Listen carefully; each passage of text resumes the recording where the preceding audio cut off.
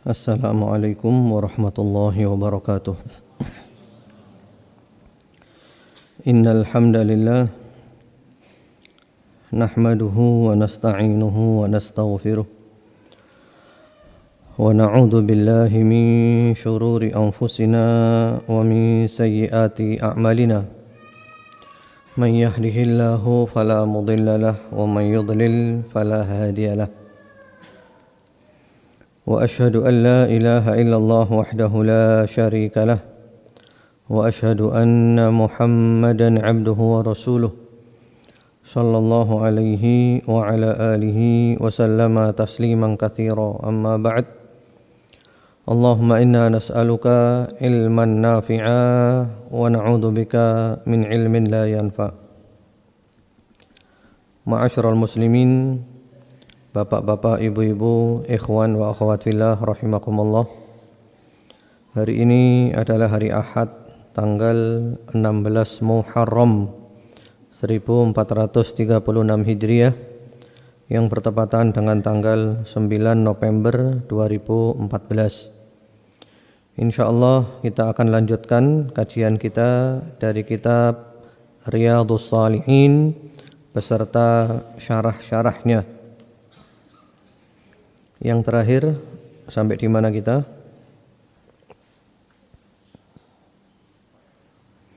Ada yang ingat?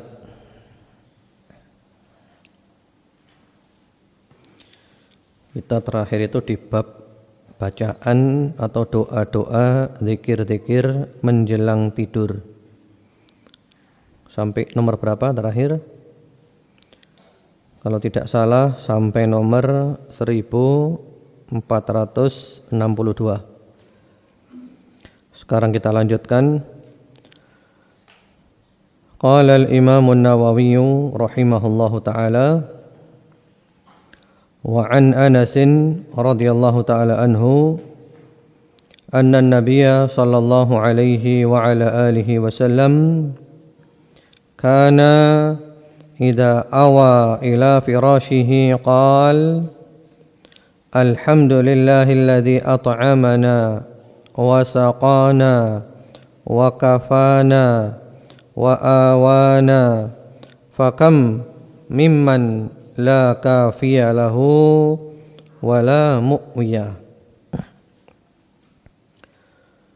Dari sahabat Anas radhiyallahu taala anhu, semoga Allah meridainya, bahwasanya Nabi Muhammad sallallahu alaihi wa ala alihi wasallam apabila hendak tidur, beliau membaca segala puji bagi Allah yang telah memberi kami makan dan minum serta memberi kami kecukupan dan perlindungan. Berapa banyak orang yang tidak mempunyai penyandang kecukupan dan tidak mempunyai pelindung. Hadis riwayat Imam Muslim rahimahullahu taala. Demikian kata Al-Imam An-Nawawi rahimahullahu taala.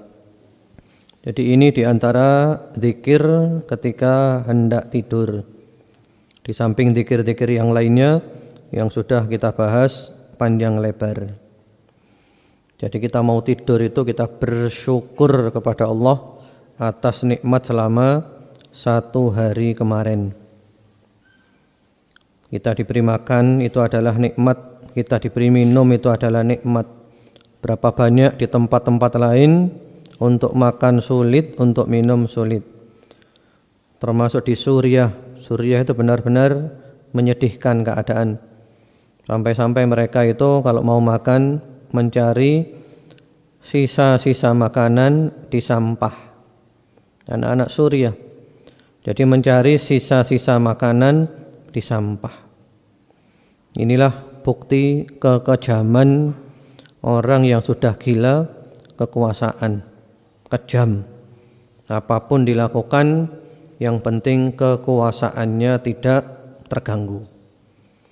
Sekarang semua negara atau mungkin hampir semua negara tidak lagi memikirkan hak ataupun batil. Yang dipikirkan oleh mereka hanya satu, kekuasaannya langgeng. Siapapun yang ganggu dilibas. Siapapun yang mendukung adalah sahabat. Semua negara. Mungkin belum ada negara yang benar-benar menegakkan kebenaran tanpa ada tendensi apapun. Yang dipikir sekarang cuman satu, kekuasaan saya harus langgeng. Yang ganggu dilibas. Nah, orang kalau sudah bicara kekuasaan itu kejam. Firaun itu rela membunuh semua bayi laki-laki karena khawatir mengganggu kekuasaannya. Ya, kita diberi makan, diberi minum, ini nikmat yang luar biasa yang kadang kita kurang menyadari betapa besarnya nikmat makan dan minum ini. Diberi kecukupan, kemudian juga diberi tempat tinggal, nikmat-nikmat yang luar biasa. Sekarang di negeri Syam sudah mulai masuk musim dingin. Padahal di negeri Syam, di Suriah, kalau dingin itu amat sangat dinginnya. Sampai salju di bawah 0. Dan mereka tinggal di kemah-kemah apa adanya. Bayangkan seperti apa yang mereka rasakan. Ya, karena itu kewajiban kita adalah membantu semampunya supaya kita tidak berdosa. Minimal bantu doa, minimal jangan ngembosi orang yang bantu dengan dituduh dengan tuduhan macam-macam. Padahal murni tujuannya adalah untuk kemanusiaan, al-insaniyah. Ma'asyiral muslimin, ikhwan wa akhwat fillah rahimakumullah. Itu doa dibaca ketika hendak tidur, kita bersyukur atas semua nikmat Allah. Antum tahu enggak orang terkaya di dunia ini siapa? Menurut Rasulullah sallallahu alaihi wasallam. Kalau menurut kategori Rasulullah sallallahu alaihi wasallam, antum ini orang terkaya di dunia. Beliau bersabda, "Idza asbaha ibnu Adam aminan fi sirbih, mu'afan fi jasadih, wa indahu qutu yaumih, faka'annama hizat lahud dunya bihadafiriha." Apabila pada suatu pagi manusia itu dalam keadaan aman. Nah, ini kita dapatkan. Indonesia ini aman, tidak ada perang, tidak ada apa-apa. Kita berdoa mohon kepada Allah Subhanahu wa taala semoga negara kita Indonesia selalu dijaga oleh Allah Subhanahu wa taala dan juga negara-negara kaum muslimin yang lainnya. Jangan sampai di Indonesia ada perang ataupun gangguan-gangguan yang lain sehingga hilang keamanan. Alhamdulillah, ini nikmat aman. Tidak ada perang, tidak ada takut, tidak ada apa. Nikmat. Stabilitas keamanan terjamin, ini nikmat. Alladzi at'amahum min ju' wa amanahum min khauf. Stabilitas keamanan ini nikmat yang luar biasa. Mudah-mudahan Allah menjaga pemimpin-pemimpin negeri Indonesia ini untuk mereka benar-benar berusaha mensejahterakan rakyatnya, terutama dalam menjaga stabilitas keamanan. Dan mudah-mudahan rakyat juga tidak macam-macam, jangan berontak, ya, jangan melakukan hal-hal yang tidak ada faedahnya. Karena mudah-mudahan ada yang mendengar suara saya, ya, memberontak itu tidak banyak hasilnya, justru banyak kerusakannya. Contohnya banyak di Suriah, di Libya, di Irak, di Yaman, di Tunis dan yang lain-lainnya. Akibat daripada pemberontakan, hancur semuanya. Ada salah seorang datang kepada Al-Hasanul Basri rahimahullahu taala.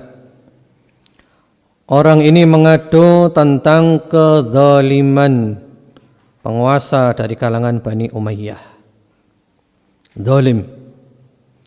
Kemudian orang ini mengajak Al-Hasanul Basri rahimahullahu taala untuk memberontak. Mengajak untuk memberontak. Apa jawaban Al-Hasanul Basri? Beliau menjawab bahwasanya pemimpin yang zalim itu adalah uqubah minallah, adalah hukuman dari Allah. Pemimpin yang zalim adalah hukuman dari Allah. Maka jangan coba-coba untuk melawan dengan pedang, karena pedangmu akan kalah. Ada pemimpin zalim itu hukuman dari Allah. Karena mungkin kita banyak maksiat, kita banyak durhaka, kita bercerai-berai, kita berpecah belah, dihukum oleh Allah dengan tampilnya pemimpin yang zalim. Maka solusinya bukan dilawan dengan pedang, solusinya bukan dilawan dengan pemberontakan. Apa solusinya? Solusinya adalah kalian bertobat saja kepada Allah, kembali kepada Allah, membersihkan diri, pribadi-pribadi, keluarga-keluarga, masyarakat-masyarakat. Kalau kalian sudah baik, sudah kembali kepada Allah, taubat, maka Allah akan menjadikan pemimpin itu dengan sendirinya menjadi baik. Jadi kita nggak usah nyalahkan pemimpin, salah diri kita sendiri. Kama takunu yuwalla alaikum, sebagaimana keadaanmu, seperti itulah keadaan pemimpinmu. Jadi nggak usah berontak, nggak ada faedahnya. Yang ada adalah kerusakan. Solusinya adalah kita perbaiki diri kita. Demikian pula ketika ada harga yang melonjak, kita semua tidak ingin harga itu melonjak. Kita ingin harga itu murah. Tapi kenapa kok ada harga yang mahal? Itu ada hadis Rasulullah sallallahu alaihi wasallam, al-musa'ir huwallah. Yang mengatur harga itu Allah. Harga-harga melonjak mahal itu juga disebabkan oleh dosa. Karena rakyat banyak dosanya, durhaka, tidak tunduk kepada Allah, tidak taat kepada Allah, bercerai-berai, berpecah belah, dihukum oleh Allah, BBM naik. Jadi gak usah nyalah-nyalahkan, salahkan diri kita. Selama keadaan kita buruk, na'udzubillah, semoga Allah menyelamatkan kita, musibah bencana akan bertubi-tubi turun. Jadi solusinya gak usah berontak, gak usah marah-marah. Solusinya adalah kita taubat, kembali kepada Allah Subhanahu wa taala, kita perbaiki diri kita mendekat kepada Allah, maka Allah akan memberikan solusi yang terbaik. Jadi ini, stabilitas keamanan terjamin, ini nikmat yang luar biasa. Yang kedua adalah badannya sehat. Ini kita kembali ke yang tadi ya, manusia terkaya di dunia. Kata Nabi cukup 3 saja resepnya. Yang pertama aman, yang kedua sehat. Sehat, alhamdulillah kita sehat. Ya, paling-paling sakit apalah, paling pilek, batuk sedikit-sedikit aja. Alhamdulillah. Kemudian yang ketiga, makanan hari itu ada.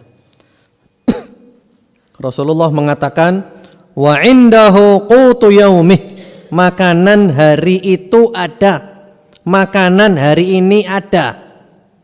Antum punya enggak makanan hari ini? Bukan hanya hari ini insyaallah.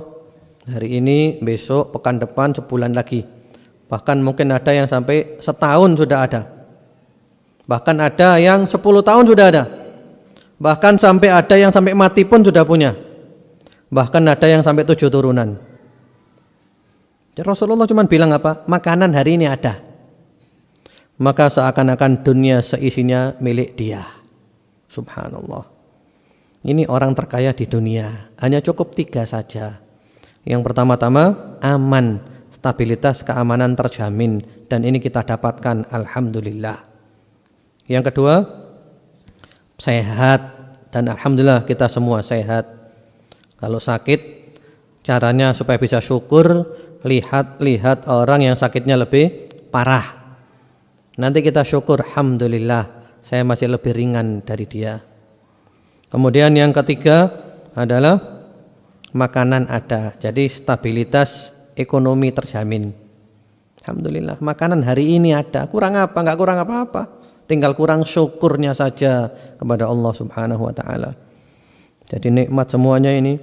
Karena itu kita perlu selalu bersyukur kepada Allah, dan orang bersyukur kepada Allah maka oleh Allah pasti ditambah lagi nikmatnya. Kemudian hadis yang berikutnya.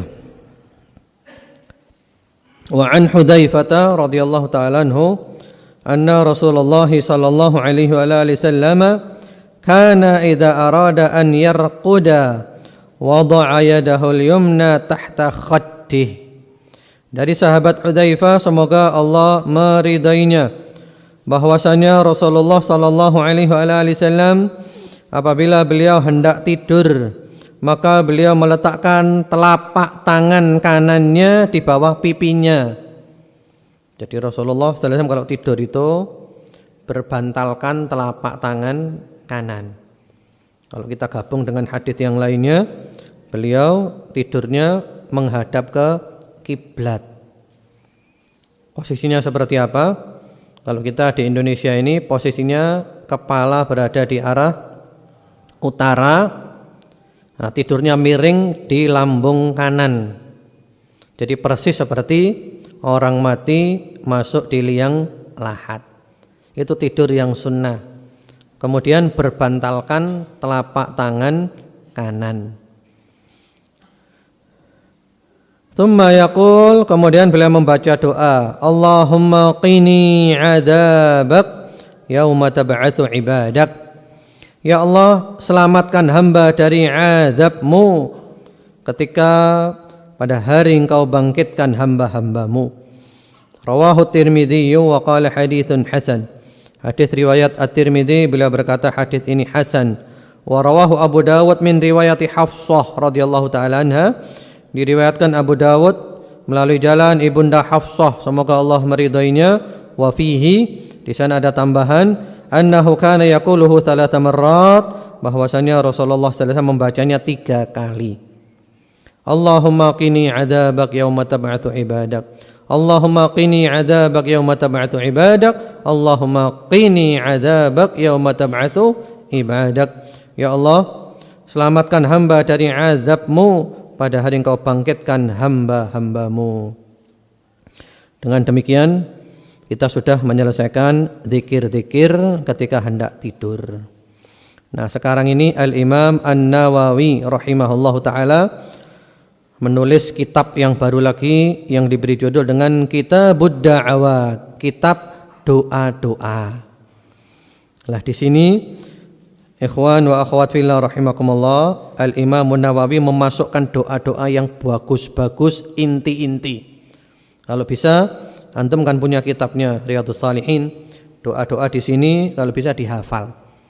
Ini beliau masukkan Imam Nawawi doa-doa yang bagus-bagus dan inti-inti yang mencakup, yang universal, yang mencakup berbagai hal. Sebelum kita bahas masalah doa, sekarang ada pertanyaan, doa ini ada fungsinya enggak? Bisakah doa merubah takdir? Kan banyak orang bertanya-tanya, buat apa doa? Kan semuanya telah ditakdirkan oleh Allah. Bahkan telah dituliskan di Lauhil Mahfuz 50.000 tahun sebelum Allah menciptakan langit dan bumi. Doa enggak doa sama saja, enggak ada hasil. Ada yang berpendapat seperti itu, ya. Kemudian juga ada yang berpendapat doa itu fungsinya cuma ibadah saja, titik. Hasil enggak ada, cuma ibadah. Kita beribadah kepada Allah dengan doa. Karena semua telah ditakdirkan, jadi doa enggak ada faedahnya, cuma ibadah saja doa itu. Murni ibadah. Ada juga ya yang mengatakan doa itu sekedar tanda saja. Artinya kalau Allah hendak memberikan kepada seseorang sesuatu, maka Allah menggerakkan dia untuk doa. Jadi doa sekedar tanda saja. Jadi Allah gerakkan dia doa karena memang Allah mau ngasih dia. Seperti itu. Dan macam-macam lagi. Dan semua ini telah dijawab oleh Al-Allamah Al-Imam Ibnul Qayyim rahimahullahu taala di dalam kitabnya al-jawabul kafi atau ada wad-dawa. Ya, di antara jawaban beliau adalah kalau kau mengatakan doa enggak ada faedahnya sama sekali, enggak ada hubungan dengan takdir, enggak bisa merubah takdir, ya sudah, kalau gitu kamu enggak usah makan, enggak usah minum. Kalau Allah menakdirkan kamu kenyang, kan kamu nanti kenyang sendiri. Kalau Allah menakdirkan kamu hausnya hilang, ya hilang sendiri kan nanti. Kamu enggak usah kumpul dengan istri. Kalau Allah takdirkan istrimu hamil, nanti kan hamil sendiri kan. Gimana jawabannya kira-kira? Jawabannya pasti tidak mungkin orang berakal berkata seperti Anda ini. Orang kalau kepingin kenyang ya makan dulu. Kalau kepingin hausnya hilang ya minum. Kalau kepingin punya anak ya harus berhubungan suami istri dengan istrinya. Baru nanti Allah takdirkan punya anak. Nah, sudah. Pertanyaan sudah terjawab. Demikian pula doa. Doa ini adalah merupakan salah satu usaha. Bukankah ada sebab akibat? Tidak mungkin ada asap kalau tidak ada api. Jadi doa ini adalah merupakan salah satu sebab. Bahkan termasuk sebab yang terhebat adalah doa. Kalau orang lapar kepingin kenyang makan. Orang kalau kepingin hajatnya dikabulkan doa. Karena doa ini adalah usaha. Doa ini adalah upaya. Nah, tergantung kembali kepada upayanya dia maksimal enggak. Jadi doa ini adalah usaha. Doa termasuk sebab untuk supaya permintaan kita, keinginan kita dikabulkan oleh Allah Subhanahu wa taala. Jadi doa ini berarti usaha. Jadi tidak benar kalau orang memisahkan usaha dan doa. Doa itu adalah juga merupakan usaha. Usaha dan doa, atau maksudnya doa adalah bagian dari usaha, betul kalau gitu. Jadi doa ini usaha. Karena itulah para sahabat radhiyallahu anhum ajma'in, mereka adalah manusia paling kenal Allah, paling kenal Rasulullah sallallahu alaihi wasallam. Manusia paling pandai dalam urusan agama, sehingga mereka banyak doa dan mereka berusaha untuk melakukan adab-adab, sebab-sebab supaya doanya mustajab. Jadi ada sebabnya. Sahabat Umar radhiyallahu taala anhu mengatakan kepada para sahabat yang lainnya apa? Lastum tunsaruna bikatrah wa innama tunsaruna minas sama.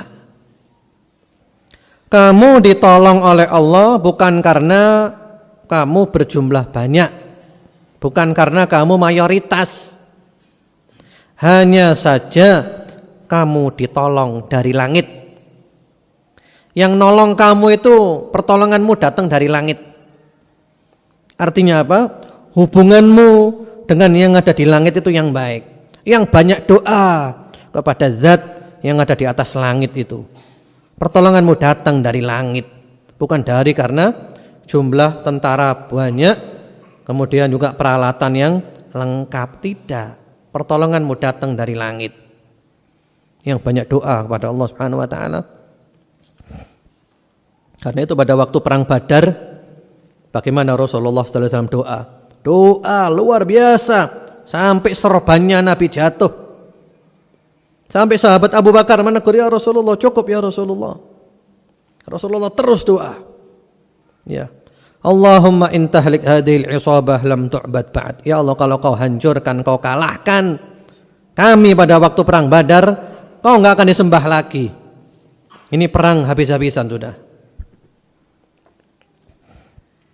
Karena itu pula sahabat Umar ibn al-Khattab radhiyallahu ta'ala mengatakan, inni la ahmilu hammal ijabah walakin ahmilu hammad du'a, faman ulhamad du'a fa innal ijabata ma'ahu.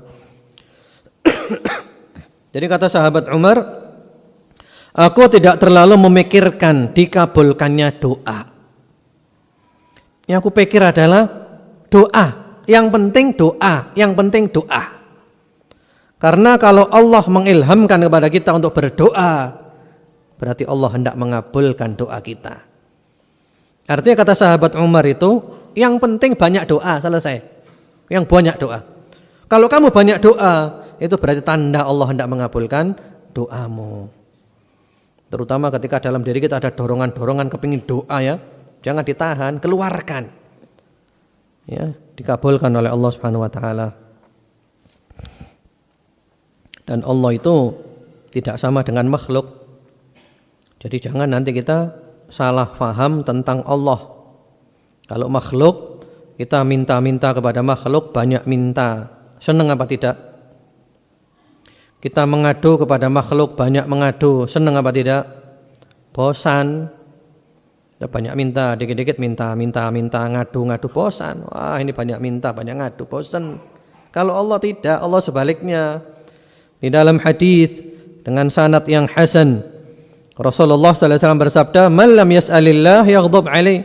Barang siapa yang tidak minta kepada Allah, Allah marah kepadanya. Kalau kita enggak mau minta kepada Allah, dituduh sombong kita. Jadi semakin banyak minta, semakin banyak mengadu, Allah semakin cinta. Karena ini adalah bukti bahwasanya kita mengakui kalau diri kita lemah, bahwa Allah yang kuat, Allah yang bisa mengabulkan, Allah mendengar doa kita. Jadi doa ini penting sekali. Karena itu Syekhuna Fadilatul Syekh Muhammad bin Shalih Utsaimin rahimahullahu taala menyebutkan di dalam syarahnya terhadap Riyadhus Shalihin, ya, supaya doa kita dikabulkan oleh Allah ada syarat-syaratnya. Fala budda li ijabati du'a min syurut. Supaya doa kita dikabulkan oleh Allah, maka ada syarat-syaratnya. Asy-syaratul awwal al-ikhlas. Syarat yang pertama ikhlas. Berdoa kepada Allah ikhlas murni. Ikhlas murni. Sungguh-sungguh dalam berdoa kepada Allah Subhanahu wa taala, tidak menyekutukan Allah di dalam doa itu. Kemudian yang kedua, jadi kita ikhlas ya, sungguh-sungguh kita merasa benar-benar butuh kepada Allah. Allah yang maha kaya, Allah mendengar, Allah mengabulkan. Asyartu tsani an yakuna ad-du'a la 'udwana fi. Syarat yang kedua, doanya tidak melampaui batas. Innahu la yuhibbul mu'tadin. Nanti ada hadis ayatnya. Ya, tidak melampaui batas. Doa yang melampaui batas enggak dikabulkan oleh Allah. Contohnya apa doa melampaui batas? Di antara contohnya ya, doa dengan perincian-perincian yang tidak ada faedahnya. Ya Allah, masukkan hamba ke dalam surga ya Allah. Hamba nanti kepingin kalau masuk surga pintunya itu ada ukir-ukirannya. Begitu masuk sebelah kanan ada bunga warna merah, sebelah kiri bunga warna putih, masuk lagi ada ini. Nah ini berlebih-lebihan dalam doa melampaui batas. Enggak perlu, enggak ada faedahnya. Karena kalau sudah masuk ke dalam surga, semua kenikmatannya kita dapatkan. Itu perincian yang enggak ada faedahnya. Termasuk berlebih-lebihan dalam doa. Termasuk juga berlebih-lebihan dalam doa. Ya, misalnya antum doa, Allahumma ij'alni nabiyyan minal anbiya wa rasulan min rusulik. Ya Allah, jadikanlah hamba nabi ya Allah, di antara nabi-nabimu, jadikan hamba rasul. Nah ini maaf Pak, ya lupa minum obat ini kayaknya. Nah masa minta jadi nabi, jadi rasul? Enggak ada, sudah selesai, sudah ditutup. Rasulullah adalah khatamun nabiyyin, penutup para nabi, tidak ada nabi setelah beliau. Termasuk berlebih-lebihan dalam doa juga adalah seorang ibu yang marah-marah kepada anaknya laki-laki karena anaknya itu cinta kepada suaminya. Jadi ibu ini cemburu. Padahal anaknya yang laki itu baik, kepada ibunya baik. Cuman ibu ini tidak senang kalau anaknya cinta kepada istrinya. Sehingga ibu ini marah-marah. Didoakan anaknya doa keburukan. maka oleh Allah nggak mungkin dikabulkan. Karena Allah tahu yang salah adalah ibunya. Mau doa sampai seperti apapun nggak dikabulkan oleh Allah. Allah tahu yang salah kamu. Kecuali kalau anak durhaka, orang tua mendoakan keburukan, kena itu, kena mustajab itu. Ini anak baik. Atau mungkin anak mengamalkan agama yang benar, yang baik, mengamalkan sunnah, bapaknya ibunya tidak senang, bapaknya ibunya tahajud, ya pas sujud doa, ya Allah, ya doakan anaknya keburukan, percuma, nggak dikabulkan oleh Allah doamu. Allah tahu kamu yang salah, anakmu benar. Sama dengan Nabi Ibrahim alaihissalam, didoakan keburukan oleh bapaknya, diusir oleh bapaknya. Allah tahu yang salah bapaknya, Nabi Ibrahim nggak salah. Itu adalah melampaui batas dalam doa. Kemudian atau juga melampaui batas itu adalah berdoa yang haram. Misalnya seseorang itu ikut Indonesian Idol. Kemarin Ustaz Faris sudah membahas ya. Idol itu kata-kata yang buruk, artinya berhala. Jadi dia ikut Indonesian Idol, salat tahajud dulu, ya Allah mudah-mudahan saya menang ya Allah, mudah-mudahan saya masuk di grand final.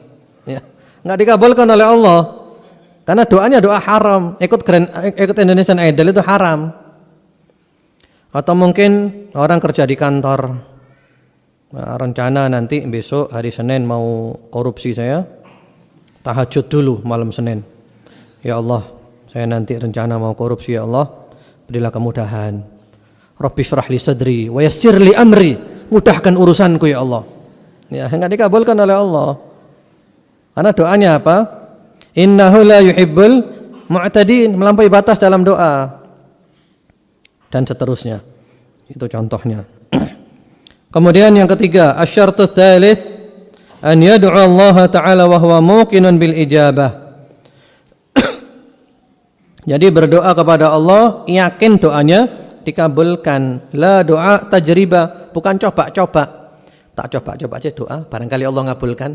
Jangan, doa jangan coba-coba, yakin mantep doanya dikabulkan.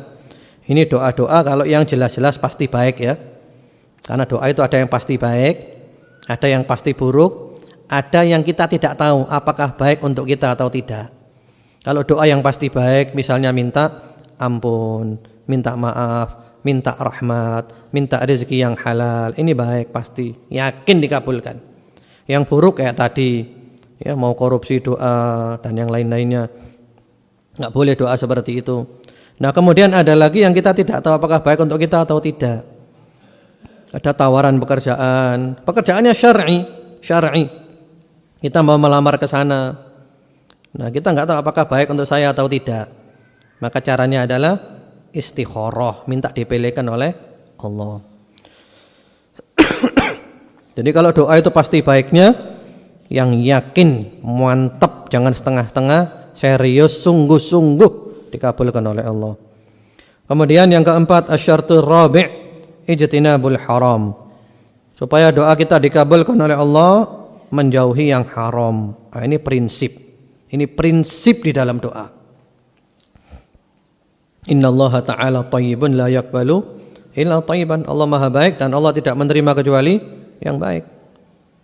Rasulullah menceritakan satu orang, dia banyak mengadakan perjalanan ibadah, haji, umrah, jihad, sampai rambutnya kusut, tubuhnya penuh dengan debu, mengangkat tangannya tinggi-tinggi, menyebut-nyebut nama Allah, ya Rabb, ya Rabb, ya Rabb. Ternyata ada satu hal prinsip dalam doa yang dia tinggalkan. Wa mat'amuhu haram, wa mashrabuhu haram, wa malbasuhu haram, wa ghudhiya bil haram, fa anna yustajabu lah. Makanannya haram, minumannya haram, pakaiannya haram, gizi yang masuk dalam tubuhnya haram, bagaimana mungkin doanya dikabulkan? Nah, itu syarat ya, 4. Beliau Syekhuna Fadilatul Syekh Muhammad bin Shalih Al-Utsaimin rahimahullah taala mengatakan, fa hadhihi arba'atu syurut lid-du'a la budda minha. Ini adalah 4 syarat doa yang harus dilakukan kalau kita ingin doa kita mustajab.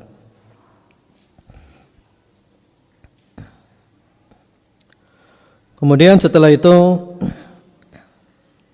ikhwan wa akhwat fillah rahimakumullah, Al-Imam An-Nawawi rahimahullahu taala membawakan ayat-ayat Al-Qur'an di bab nomor 250, babu fadlid du'a, bab keutamaan doa. Qala Allah taala wa qala rabbukum ud'uni astajib lakum. Dan berkata Rabbmu, berdoalah kepadaku, pasti aku kabulkan doamu. Jadi ini merupakan janji Allah subhanahu wa ta'ala.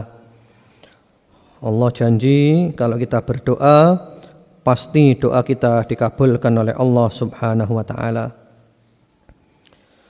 Ya, bahkan Allah langsung menawarkan, terutama pada waktu sepertiga malam terakhir, disebutkan di dalam hadis yang sahih, yanzilu rabbuna ila sama'id dunya fi kulli lailatin hina yabqa sulusul lail al-akhir.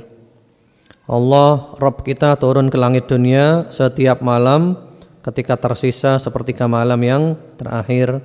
Allah langsung mengatakan, hal min mustaghfirin fa aghfiralah, wa hal min da'in fa ujibah, wa hal min sa'ilin fa a'tiyah. Apakah ada orang memohon ampunan, aku ampuni dosanya? Apakah ada orang berdoa, aku kabulkan doanya? Apakah ada orang meminta sesuatu, aku berikan permintaannya langsung. Jadi Allah yang langsung menawarkan, ud'uni astajib lakum, berdoalah kepadaku, pasti aku kabulkan doamu. Kemudian berikutnya lagi ayat yang dibawakan oleh Al-Imam An-Nawawi rahimahullahu ta'ala, wa qala ta'ala ud'u rabbakum tadarru'an wa khufyah innahu la yuhibbul mu'tadin. Yaitu ada di dalam surat Al-A'raf ayat nomor 55. Berdoalah kepada Rabbmu dengan berendah diri dan suara yang lembut, sesungguhnya Allah tidak menyukai orang-orang yang melampaui batas. Jadi kalau doa itu sambil khusyuk di hadapan Allah subhanahu wa ta'ala.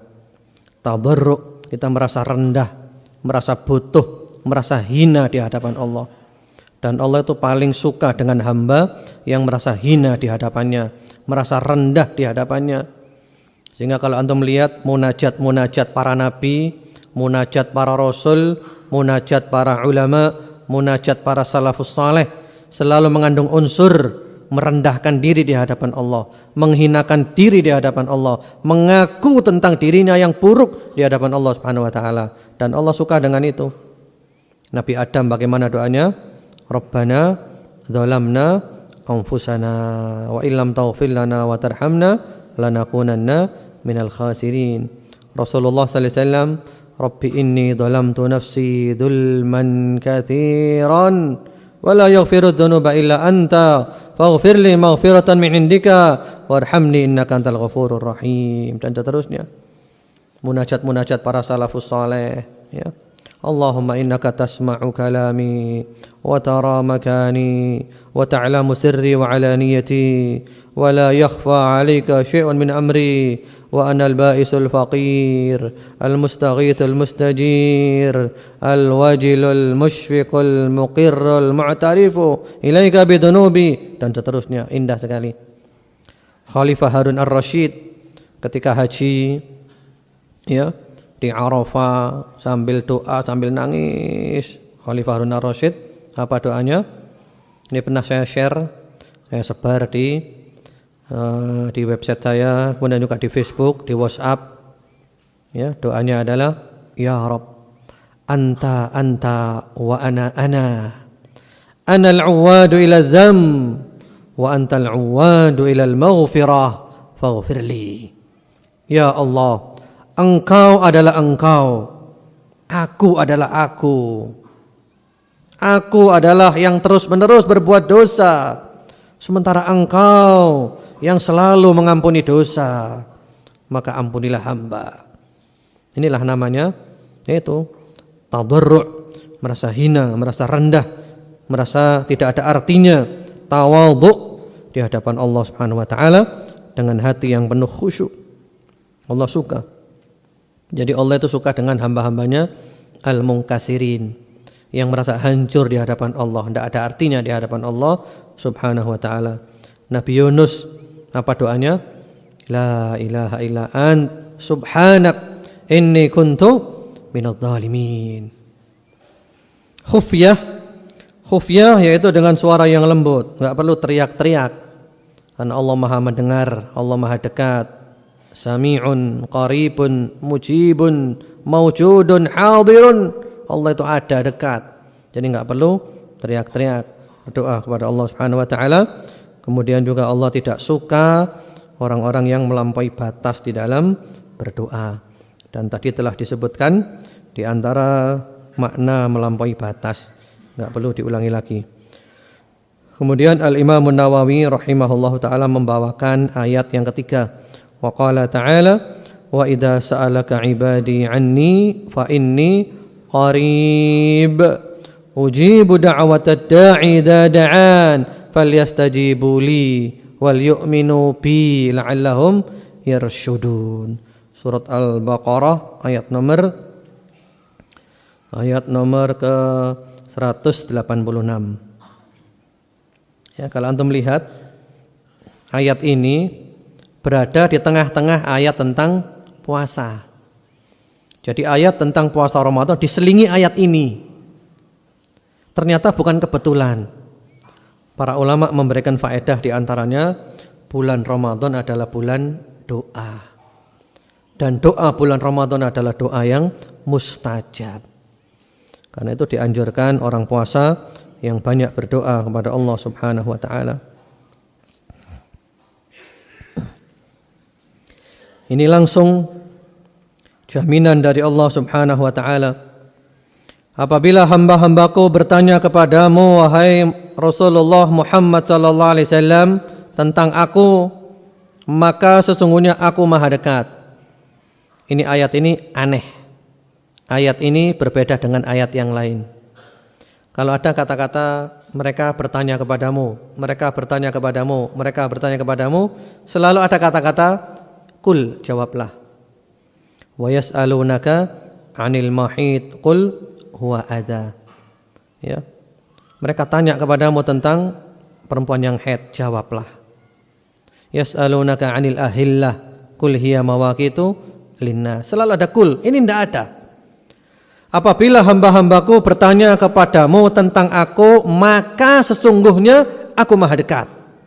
Aku mengabulkan siapa saja yang berdoa kepadaku ketika dia berdoa. Tapi hendaklah dia memenuhi seruanku dan beriman kepadaku. Ayat ini menurut para ulama ada asbabun nuzulnya. Kalau kita buka kitab-kitab tafsir, ada seorang yang datang kepada Rasulullah sallallahu alaihi wasallam. Datang bertanya, "Ya Rasulullah,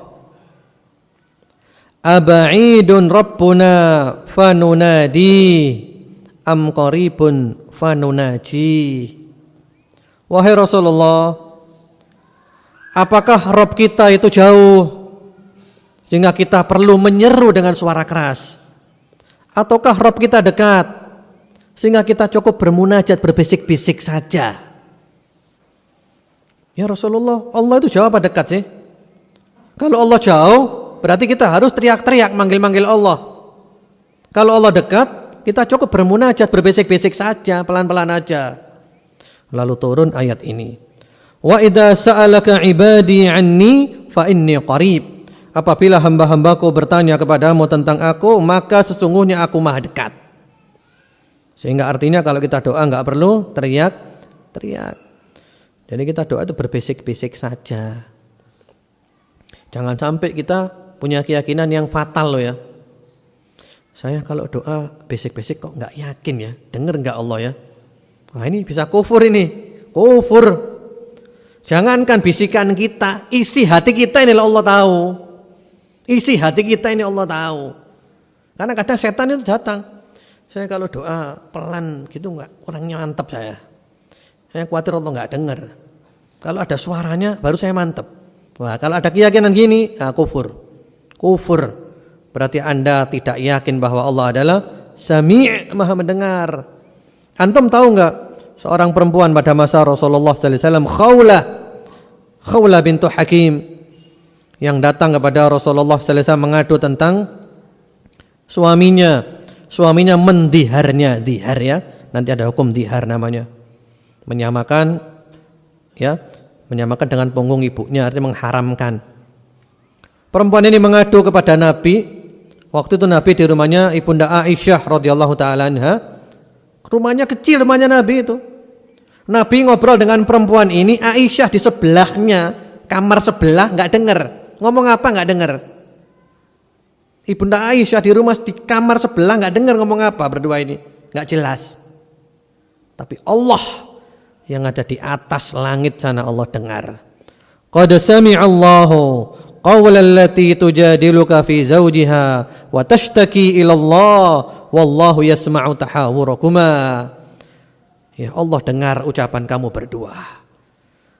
Lalu Ibunda Aisyah mengatakan, tabarakalladzi wasi'a sam'uhul aswat. Maha suci Allah yang pendengarannya meliputi semua suara.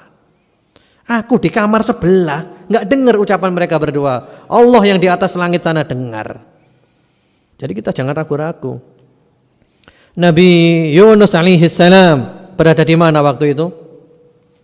Di perut ikan, di dasar laut, mengucapkan la ilaha illa ant subhanak inni kuntu minadh dhalimin. Allah yang di atas langit dengar.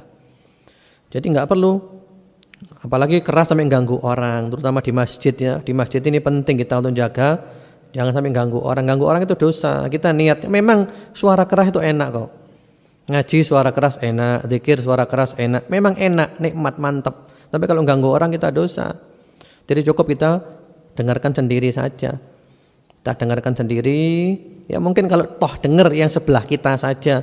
Jangan sampai sebelahnya lagi, pojok sana dengar, pojok sana ganggu. Seperti itu. Jadi jangan sampai kita punya perasaan, saya kalau doa pelan, bisik-bisik kok khawatir Allah nggak dengar nih. Nah, kafir, harus taubat kepada Allah. Karena berarti kita meragukan Allah Maha mendengar. Jangankan doa yang kita ucapkan, kita batin saja tanpa ada suara sedikit pun di batin kita, di hati kita Allah dengar. Allah dengar. Kemudian berikutnya lagi Al-Imam An-Nawawi rahimahullah ta'ala membawakan surat An-Naml ayat 62.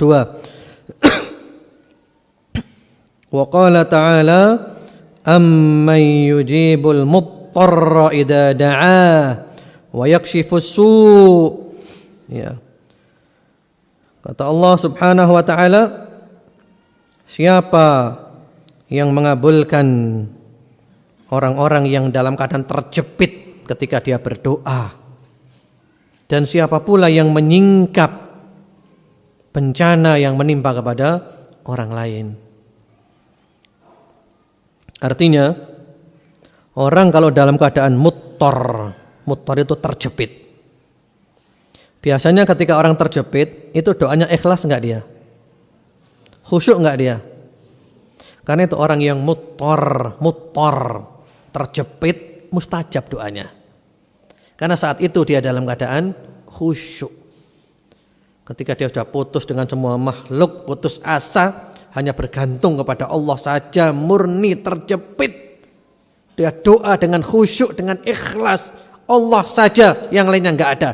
Saat itulah doanya mustajab. Karena itu bagaimana kalau kita seandainya setiap saat, setiap waktu berusaha menjadi seperti orang yang muttar, sehingga doa kita selalu mustajab. Karena itu pula di antara doa para ulama, di antara doa para salafus saleh, yaitu mereka berdoa, Allahumma inni muttarrun ila afwik fa'fu anni. Ya Allah, sungguhnya hamba benar-benar terjepit, sangat membutuhkan maafmu, maafkan hamba ya Allah. Allahumma inni muttarrun ila afwik fa'fu anni. Ya Allah, hamba benar-benar sangat terjepit, sangat membutuhkan maafmu, maafkan hamba. Ya, jadi kita posisikan diri kita seperti orang yang dalam keadaan terjepit. Kalau biasanya Allah memberi contoh, itu orang ketika berada di kapal laut. Kapal laut kena ombak mau tenggelam, dia putus asa dari semuanya. Doa kepada Allah saja dikabulkan oleh Allah. Setelah selamat, ya ke daratan lagi, durhaka lagi. Wa idza massakumud dhurru fil bahri dhalla man tad'una illa iyyah. Di laut terjepit, doa kepada Allah. Dan diselamatkan oleh Allah, menyekutukan Allah lagi. Subhanallah. Jadi supaya kita kalau doa itu dalam keadaan mutar, seperti orang yang sangat membutuhkan pertolongan Allah, benar-benar darurat ya Allah. Darurat sekali. Ya. Itu ayat-ayat yang dibawakan oleh Al-Imam An-Nawawi rahimahullahu taala. Insyaallah nanti kita lanjutkan hadis-hadisnya. Mungkin itu dulu kajian kita pada pagi hari ini. Sekarang kita buka sesi tanya jawab. Boleh tanya melalui SMS, boleh juga melalui kertas yang sesuai dengan materi pembahasan kita.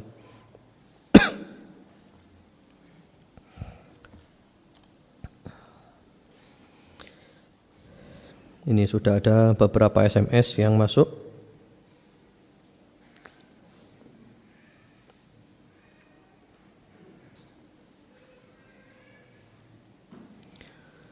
Assalamualaikum warahmatullahi wabarakatuh. Waalaikumsalam warahmatullahi wabarakatuh. Barakallahu fikum wa fikum barakallah. Waalaikumsalam.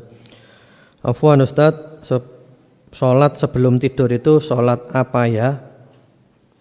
Sholat sebelum tidur sebenarnya enggak ada. Yang ada ya sholat witir. Kan ada wasiat Nabi ya kepada beberapa sahabat Abu Hurairah, Abu Darda, sahabat Abu Dzar, supaya sholat witir sebelum tidur. Ustadz, apakah adab tidur juga diamalkan saat tidur siang? Kalau zahirnya menurut para ulama tidur malam. Karena tidur siang itu bukan tidur yang panjang, tidur siang sebentar saja. Jadi tidur siang itu namanya qailulah, sekedarnya saja. Setengah jam maksimal, 1 jam, enggak banyak-banyak tidur siang. Beda dengan tidur malam memang lama, ya. Tergantung mulai tidurnya kapan dan juga bangunnya kapan.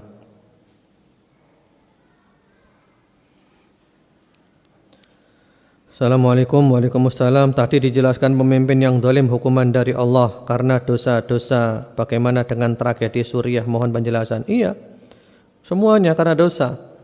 Karena Suriah saat itu juga banyak kemaksiatan, banyak penyimpangan. Maka oleh Allah dihukum dengan pemimpin yang zalim. Terjadilah yang terjadi. Semua bencana di muka bumi ini karena sebabnya adalah dosa. Dosa itu bisa mendatangkan bencana, merubah karunia, menurunkan bala, menghalangi doa. Bahkan disebutkan di dalam hadis yang sahih bahwasanya al-hajarul aswad, batu hitam yang ada di Ka'bah itu, hajarun minal jannah asyaddu bayadan minat thalj fasawwadathu khataya bani Adam. Hajar aswad itu mula-mula adalah batu dari syurga, warnanya lebih putih dari salju, masuk ke bumi berubah menjadi hitam karena dosa-dosa manusia, karena kesyirikan-kesyirikan manusia.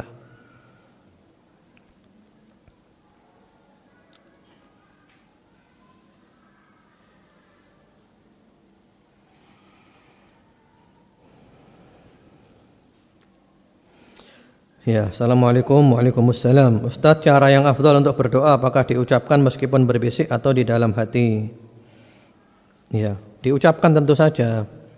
Karena Rasulullah SAW memberikan contoh diucapkan. Diucapkan itu artinya keluar suara. Walaupun sangat pelan, yang penting keluar suara, minimal kita dengar sendiri. Walaupun orang sebelahnya enggak dengar, yang penting kita dengar sendiri. Itulah namanya ada suaranya. Seandainya pun kita doa dalam hati, Allah juga dengar. Cuma Nabi mencontohkan dengan suara. Jadi dua-duanya, dengan suara, dengan lisan dan juga dengan hati.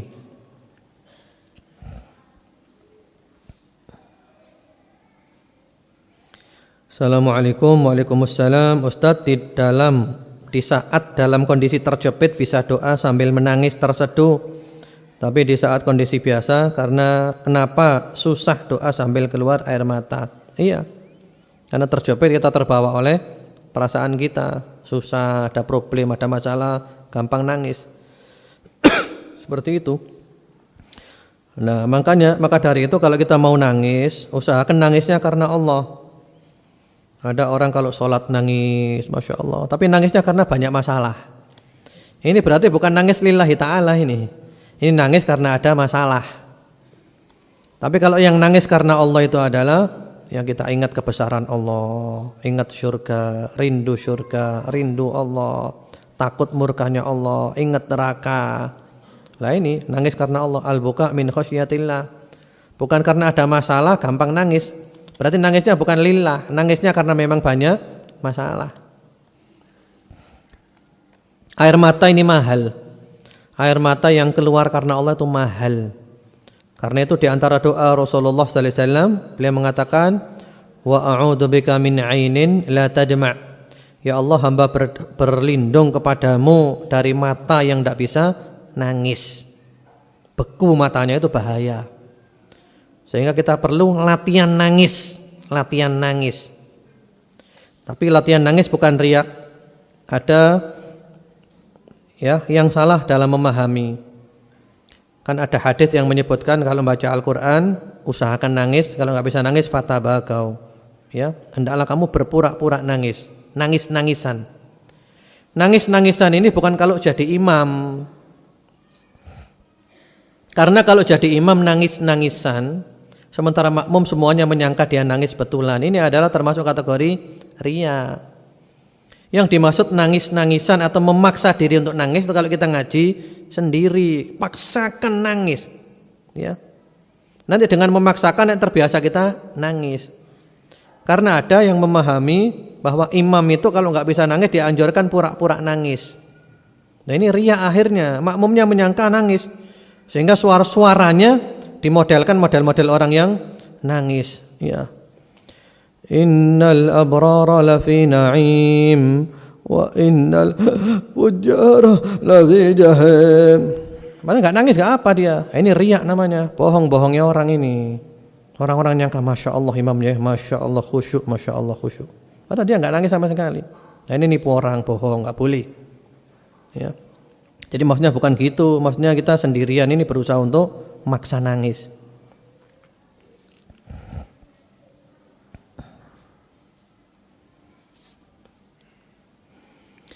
Assalamualaikum warahmatullahi wabarakatuh. Waalaikumsalam warahmatullahi wabarakatuh. Ustadz, apa dosa-dosa yang menghalangi doa dikabulkan? Semua dosa.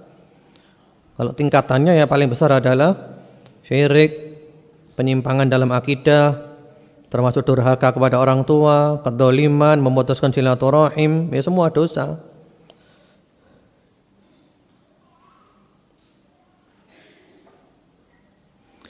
Assalamualaikum warahmatullahi wabarakatuh. Ustadz, kalau orang miskin doa mohon rumah, mobil yang bagus, apa itu termasuk doa yang berlebihan? Syukron. Enggak, doa yang wajar itu. Orang kepingin rumah wajar, karena memang rumah adalah merupakan kebutuhan. Kemudian juga orang kepingin mobil, kalau memang dia butuh mobil, itu wajar. Tapi kalau dia belum butuh mobil, ya mungkin masih sepeda motor dulu aja. Karena masing-masing ada kebutuhannya kan, wajar. Nah yang berlebihan itu adalah kalau doa, ya Allah, hamba rasanya kepingin ya Allah punya rumah di Jalan Ijen satu aja ya Allah. Ini berlebihan. Mintanya rumah di Jalan Ijen langsung, ya berlebihan hal itu. Minta rumah lah kepada Allah, ya Allah berilah hamba rumah yang nikmat, yang nyaman, yang sehat, itu aja. Nanti biar Allah yang menentukan. Kemudian enggak usah diperinci, ya Allah hamba kepingin rumah ya Allah yang tipe berapa gitulah. Jadi enggak usah dikte Allah. Jadi minta rumah, minta mobil itu sesuatu yang wajar, kebutuhan, butuh mobil. Apalagi sekarang musim hujan, panas, mobil kan enak, enggak kehujanan, kepanasan. Apalagi anaknya juga banyak, sepeda motor tumpuk-tumpuk nanti kalau anaknya banyak enggak cukup. Ya. Mobil cukup.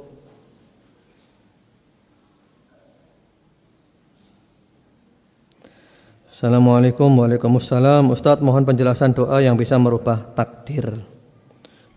Bisa, ada haditsnya itu. La yaruddul qadar illa ad-du'a. Tiada bisa menolak takdir kecuali doa. Doa punya kekuatan, jangan ragu. Ini fakta, realita. Buktinya apa? Nabi Muhammad sallallahu alaihi wasallam ketika itu khutbah Jumat dalam keadaan matahari terang benderang, ya, terik matahari menyengat, panas di siang bolong. Ada satu orang datang, ya Rasulullah, di daerah kami musim paceklik, nggak ada hujan, sawah-sawah nggak ada yang tumbuh, hewan-hewan banyak yang mati, nggak ada minumnya. Ya Rasulullah, doakan ya Rasulullah kepada Allah supaya Allah menurunkan hujan. Langsung Rasulullah doa istisqa di atas mimbar, ngangkat tangan tinggi, ya. Istisqa sunnah ngangkat tangan tinggi, sehingga para sahabat melihat putihnya ketiak mulia Rasulullah sallallahu alaihi wasallam. Sambil doa, Allahumma aghithna, Allahumma aghithna, Allahumma aghithna. Ya Allah, berilah kami hujan, berilah kami hujan, berilah kami hujan. Langit yang terang benderang seperti itu langsung berubah, tertutup oleh awan-awan tebal. Langsung tertutup awan-awan tebal. Rasulullah sallallahu alaihi wasallam tidak turun dari mimbar, melainkan jenggotnya sudah basah oleh air hujan. Mustajab doanya. Karena apa namanya? Atap masjidnya Nabi dari pelepah daun kurma, sehingga kalau hujan itu bocor. Tiadalah beliau turun dari mimbar, melainkan jenggotnya sudah basah oleh air hujan. Dikabulkan. Subhanallah, ternyata hujan terus sampai sepekan. Jumat berikutnya orang itu datang lagi, atau orang lain. Ya Rasulullah, di daerah kami banjir ya Rasulullah. Rumah-rumah rusak semua, bocor semuanya. Ya rusak, gara-gara hujan. Ya Rasulullah, doakan kepada Allah supaya Allah nahan hujan ini. Langsung Rasulullah doa, Allahumma hawalaina wa la alaina, Allahumma ala dirabi wal akam wa manabitis syajar wa butunil awdiyah. Ya Allah, jadikan hujan menimpa sekeliling kami, bukan menimpa kami. Hujan ini berada di tempat-tempat tumbuhnya, ya, tumbuh-tumbuhan, tempat-tempat minumnya binatang, ya. Sampai Rasulullah nunjuk, awannya ditunjuk ke sana, pergi ke sana, pergi ke sana, pergi ke sana, berhenti hujannya. Seperti itu. Dan contoh seperti ini banyak. Para ulama ketika sholat istisqa di Timur Tengah, di Arab Saudi, itu mesti dikabulkan oleh Allah. Kan di Timur Tengah, di Arab Saudi, istisqa itu seluruh negeri bareng-bareng. Jadi kalau nggak turun hujan, pemerintah mengeluarkan perintah, tanggal sekian hari ini seluruh negeri sholat istisqa, semuanya bareng. Kami berapa kali sholat istisqa di sana, dipimpin oleh Syekhuna Fadilatul Syekh Muhammad bin Shalih Al-Utsaimin rahimahullah ta'ala di kota Unaizah, Provinsi Al-Qasim. Salat istisqa, ya, khutbah. Subhanallah, selalu hujan, sorenya hujan mesti. Bahkan kami ketika ke tempatnya Syekh Mukbil, alhamdulillah oleh Allah diberi kesempatan ke Syekh Mukbil, walaupun cuma beberapa hari saja. Waktu itu pas saya hadir di majelis Syekh Mukbil malam hari, ya, malam atau sore waktu itu, ada geluduk-geluduk sudah, kilat-kilat, mau hujan. Ternyata pagi harinya mereka sholat istisqa. Syekh Mukbil bilang, yang punya anak, punya istri harap pulang ke rumahnya. Khawatir nanti rumahnya bocor. Karena mereka rumahnya terbuat dari tanah, bikin sendiri mereka rumah. Jadi nggak pakai kuliah di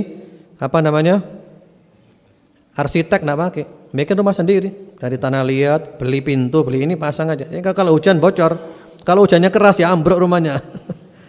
Nah, tadi kita sholat istisqa, ayo ya pulang-pulang ke rumahnya aja, jaga istrinya, jaga anaknya. Hujan betulan deras.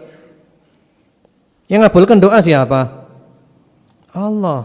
Doa ini punya kekuatan. Dan contoh-contoh seperti ini banyak. Ibnu Abi Dunya rahimahullahu ta'ala punya kitab yang berjudul Mujabid Da'wah. Kitab orang-orang yang doanya mustajab. Subhanallah. Ada seorang insyaallah sahabat Nabi, kalau saya tidak lupa, kalau tidak salah sahabat Hudzaifah. Di dalam kitab Mujabid Da'wah, kitabnya Ibnu Abi Dunya itu, Beliau ini tidak mau diberi oleh penguasa yang hidup saat itu. Sepeninggal para sahabat ya. Nah, penguasa-penguasa ini suka beri ulama materi duniawi, dia nggak mau, dia nolak. Istrinya solihah, masya Allah, nurut aja. Suatu hari istrinya berubah. Tiba-tiba istrinya mengatakan kepada suaminya, bagaimana kalau kamu terima saja pemberiannya, ya khalifah itu, supaya kami hidupin lebih enak, gini. Suaminya heran, kok berubah istri saya? Istri saya nggak biasanya seperti ini, kok berubah? Ini pasti ada yang ngerusak istri saya ini. Pasti ada yang ngerusak istri saya. Langsung dia doa, Allahumma man afsada aliyya imraati fa'ami basaraha. Ya Allah, siapa yang telah merusak istriku, butakan matanya. Subhanallah, tetangganya matanya buta. Tetangganya langsung paham, ini saya kena doanya ini. Kena doanya Hudzaifah atau yang lainnya. Atau Sa'ad bin Abi Waqqas, saya lupa yang namanya ya. Wah, ini saya kena doanya ini. Langsung tetangganya datang ke rumah situ sambil minta-minta maaf. Maafkan saya sudah kapok, nggak akan gitu lagi saya tobat, saya minta ampun, nggak akan rusak istrimu lagi saya. Sudah dia benar-benar tobat, kapok, minta ampun, didoakan lagi, Allahumma rudda ilaiha basaraha, ya Allah kembalikan lagi penglihatannya, langsung bisa lihat lagi. Dan ini bukan sulapan ini doa. Yang mengabulkan doanya siapa? Allah Subhanahu wa ta'ala. Karena memang sahabat Sa'ad bin Abi Waqqas radhiyallahu ta'ala anhu, beliau dikenal salah seorang sahabat yang doanya mustajab. Kemudian juga sahabat Sa'ad ketika menjadi khalifah, menjadi menjadi gubernur pada masa Khalifah Umar radhiyallahu ta'ala anhu, sahabat Sa'ad ini difitnah. Ada satu orang yang fitnah, dijelek-jelekan, dianggap enggak becus dia ini memimpin dan yang lain-lainnya. Sampai sahabat Umar menemui Sa'ad bin Abi Waqqas, apa benar kau seperti itu? Sahabat Sa'ad menjelaskan enggak benar itu, diterangkan semuanya gini, itu fitnah, enggak benar. Tapi si penfitnah tetap memfitnah. Ya sudah, doa aja kepada Allah. Sahabat Sa'ad bin Abi Waqqas radhiyallahu ta'ala berdoa kepada Allah Subhanahu wa ta'ala, Allahumma in kana kadiban qama riya'an fa'atil umrah wa atil faqrah wa arridhu lil fitan. Ya Allah, kalau memang orang ini bohong, dia mencari muka saja, ya Allah, panjangkan umurnya, panjangkan melaratnya, jerumuskan dia dalam fitnah. Panjangkan umurnya, panjangkan melaratnya, jerumuskan dalam kehancuran. Berarti doanya doa jangka panjang ini kan. Sekarang nggak kelihatan hasilnya, nanti kelihatan 40 tahun kemudian. Yang terjadi apa? Yang terjadi orang ini umurnya benar-benar panjang, sudah tua, ndak mati-mati. Sudah gitu orang ini melarat, sudah melarat, tua, sudah bau tanah, ya. Ternyata dia suka ganggu budak-budak di jalanan, godai perempuan-perempuan di jalan, godai budak-budak, sambil dia mengatakan, rajulun maftun asabatni da'watu Sa'ad. Aku adalah orang yang terkena fitnah, orang yang hancur, aku kena doanya Sa'ad, aku kena doanya Sa'ad. Yang mengabulkan doanya siapa? Allah. Jadi jangan ragu ya. Iya. Jadi doa tadi itu yang ngerusak Iya, doanya sahabat Sa'ad bin Abi Waqqas radhiyallahu taala anhu. Banyak ya. Ada buku bagus karya Ibnu Abi Dunya yang berjudul Mujabid Da'wah. Orang-orang yang doanya mustajab, banyak cerita-cerita. Wallahu alam ada terjemahnya apa enggak itu. Ya, itu dulu aja. Sudah terasa enggak terasa sudah lebih waktunya. Semoga kajian kita bermanfaat. Allah menjadikan kita istiqomah dan umur kita ditutup dengan husnul khatimah. Allahumma amin. Subhanakallahumma bihamdika Asyhadu an la ilaha illa anta astaghfiruka wa atubu ilaik. Assalamualaikum warahmatullahi wabarakatuh.